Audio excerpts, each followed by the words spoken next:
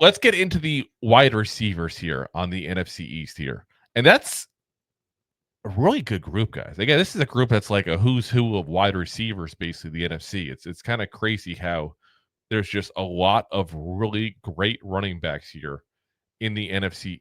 Great wide receivers in the NFC East specifically there. Um, so way we broke this down was starters overall. So we did 3 receivers for that because let's be honest, a lot of teams are in a 3 receiver set there. So we did top 3 receivers as starters, and then the backups, we did the next 3 receivers as well. Because there's some teams that literally have like 10, 12 receivers on their roster right now because of the fact they're so expanded. So try to make it a little more realistic to look at there. So number 4, the Commanders. Terry McLaurin, Scary Terry starts us off there. Obviously, 82 catches, 1,096 yards, 13 touchdowns, and 2 rushes for 2 yards there. Listen, Scary Terry is what Scary Terry is. He's a consistent 1,000-yard receiver. He is just a beast like that.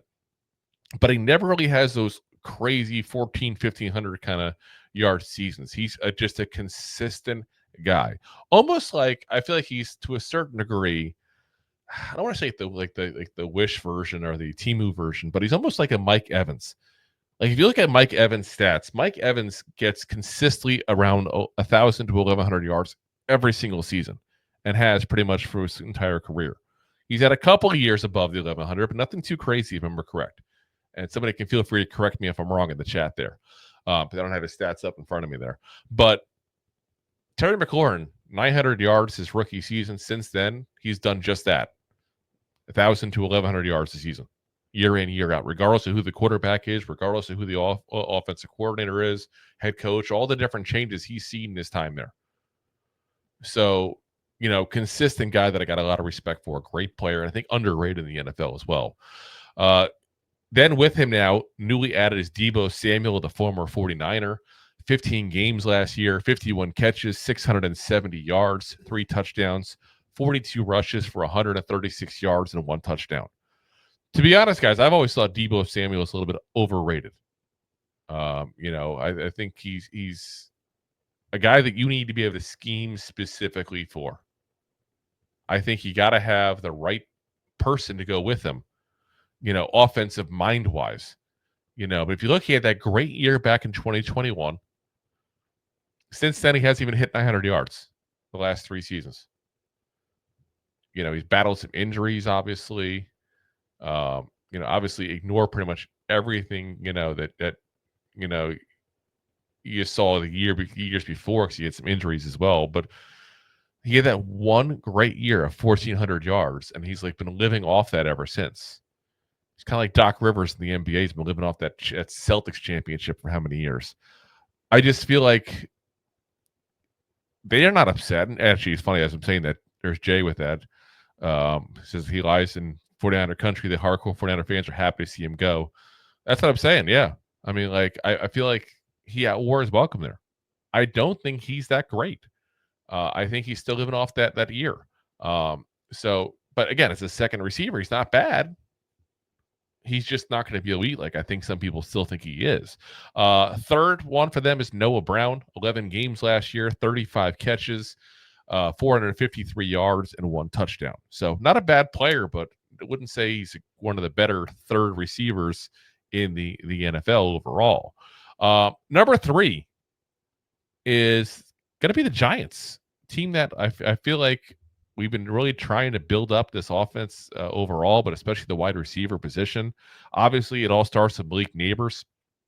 15 games last year, 109 catches, 1,204 yards, 7 touchdowns, 5 rushes for 2 yards. Listen, I'm expecting massive season from Malik Nabers because he's going to have the much better quarterback throwing to him than he had last year. And that's regardless of who's the quarterback, basically, for the Giants. That's how bad that group was. I feel like no matter what, we're going to get a better quarterback for the New York Giants to throw to Malik Nabers. And again, 1,200 yards with that trio of Daniel Jones, Drew Lock, and Tommy DeVito. There is absolutely absolutely no reason this kid could not do 1,500 yards based on what you saw last year with him with inferior quarterback play and battling injuries. Now, again, he's got to not battle the injuries again to get that kind of numbers. It's not, a given. We haven't seen him stay healthy yet for a complete season because he only had the one.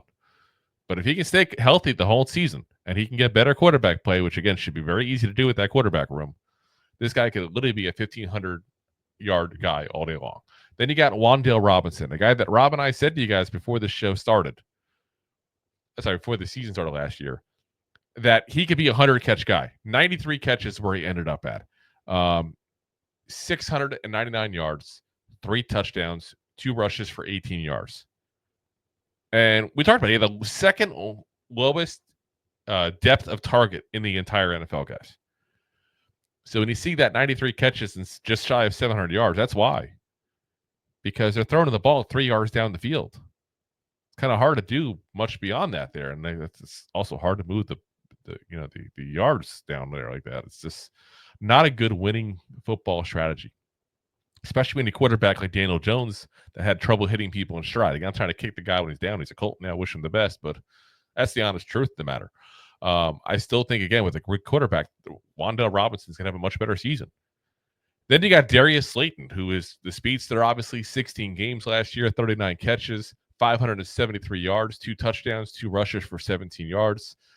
That's actually a down year for him, guys. Usually he's a 700-yard guy all year long, Obviously, a lot of his targets got taken away because Malik Nabers became such a concentration of the offense there. But that's a good 3 receiver set there with those 3. Now, I will say that Darius Slayton might be replaced, as Deb also points out here, that she said she'd still like to see us pick up Gabe Davis, and I'm 100% there with you, Deb. I still hope that Gabe Davis is going to be a Giant. He's going to be wide receiver 3 or 4. He'll probably battle it out there with Darius Slayton, to be honest with you. But Darius Slayton just got paid. And I don't think Gabe Davis is going to get paid like Darius Slayton did. So Slayton would definitely have the upper hand. That he knows the offense, but he'd be a nice addition to that room there. Number 2, and this was a close one, guys, honestly. And it's kind of like, do you go with potential or do you go with what they did last year? And I decided to go with what they did last year. CeeDee Lamb for the Cowboys there. 15 games, 101 catches, 1,194 yards, 6 touchdowns, 14 rushes for 70 yards. Listen, CeeDee Lamb is as good a receiver in this group as you're going to find. The only guy that I think is potentially better than him is Malik Nabers. And I say potentially because CeeDee Lamb's done it for some years now, guys. He's got to be considered the best wide receiver in this division right now.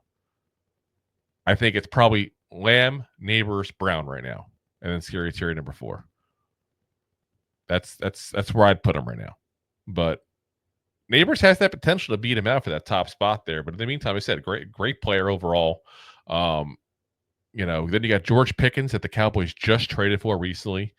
14 games last year, 59 catches, 900 yards, 3 touchdowns, 2 rushes for -6 yards. But again, a player that has a ton of potential and a ton of, ability physically, just by all accounts is kind of a little bit of a head case. I mean, let's be honest. The Steelers have their way of getting head case wide receivers and getting rid of them right as they're about to implode. And this is part of where that conversation goes of, are you picking based on what you think is going to happen this year, or do you pick on what they did last year? Pickens had a much better year last year than Wan'Dale Robinson. Let's be very frank on that. But I don't think the separation between the two is as much as people are thinking, because I think Pickens is his own worst nightmare. And I think not having a strong coach like Mike Tomlin to keep him in check is going to potentially be an issue. Then you throw in the fact that Robinson's going to have a better quarterback. And like I said, I just don't think there. But that's where I think there. And then you got Jalen Tolbert last year, 17 games, 49 catches, 610 yards, and 7 touchdowns. Probably the best third receiver on this bunch here, just based on what he's done there. But again, the a huge difference in that wide receiver room just by adding George Pickens that they added there last week, I think. Good pickups and potentially if he can pan out. I just think he's going to implode, guys. I really do. I think this is going to be like a soap opera for the Cowboys, and I just don't get why. And I see JSE in the comments section, so I don't get it. If Pickens could just shut the F up, he'd be a 35 million per year talent. Yeah, it's 100%. He's got, and again, I don't want to blame everything on this. And again, I don't know these guys personally, guys. I try not to be that guy that I know, Jay likes to say I name drop and stuff like that. I don't know George Pickens personally. I don't know him. I feel like there's got to be something going on mental health wise there. There's really got to be, just by some of the stuff he does, says, acts that you hear about. But again, I don't know him personally, so it's hard for me to say 100%. So, I hope if that's the case, he gets the help he needs because he's a great talent. He's fun to watch. I'm not going to enjoy watching him as long as he's a Cowboy anymore, obviously, but, for his own benefit, he needs to figure out what he needs to do to straighten out his act, that's for sure, because it's going to cost him a whole lot of money when stuff happens, that's for sure. So that leaves us number one, obviously, with the Eagles. And honestly, it wasn't a running away with it kind of win for them in this category. That's because of the third spot. But you got A.J. Brown, 13 games last year, 67 catches, 1,079 yards, and 7 touchdowns. Devontae Smith had, in 13 games, had 68 catches, 833 yards, 8 touchdowns, and 1 rush for a yard. And then Johan Dotson, 6 games last year, 19 catches, 216 yards, 1 rush for 13 yards. I'm not a big Dotson fan. Now, I'll say this: he did look very good in the limited time you saw him there with the, with the Eagles as a third receiver. I mean, he would have done about 550 yards, in a full season. That's not bad as a third receiver when you got 2 potential 1,000-yard receivers in front of you. It's really not bad at all. I'm just not a big fan. That's I think was my issue as far as saying that the Eagles run away with this category here overall. But they will take the win. Then you go to the backups there. Again, we did based on the top 3 reserve wide receivers based on ESPN's depth charts. Because, again, the teams themselves don't have one yet. The Giants lost this one, guys, bad. Let me be very frank. And this is why we were talking a minute ago with Deb's comment about Gabe Davis. They need Gabe Davis. They need a legit wide receiver here. If you look at that back, end of the wide receiver depth right now, if you go on to, again, ESPN depth charts, I try to keep it legit. Like, here's what they had, regardless of what I think it's going to end up being. This is what they got. Jalen Hyatt, Zach Pascal, and Amir Smith-Marset. Smith-Marset hasn't caught a ball in years. He's a punt returner. That's what he is. Zach Pascal hasn't done much at all. Hasn't really been much of a receiver the last couple of years. And Jalen Hyatt has been a bust. Our wide receiver depth, guys, is bad. Really good top 3. It's bad after that. They got to really be looking to see about getting Gabe Davis here. They need to be looking about scouring the waiver wires as people get cut at the end of training camp and all. This is not a good group for us. Not a good group at all. Number 2, there, I should have number 3, sorry, is the Eagles. Of Johnny Wilson, Terrace Marshall, and Anais Smith. Now, again, this is a group that, quite frankly, doesn't care too much because they have 2 really good receivers that if one gets injured, they still have the other one to be the number 1 receiver. And it's not that big of an issue to them. It's not one of their things they had to make sure they had depth on. They were more about adding depth to their, the line, controlling the line of scrimmage, which is more important, guys, point blank. But that's still a pretty weak backup, wide receiver room there for them.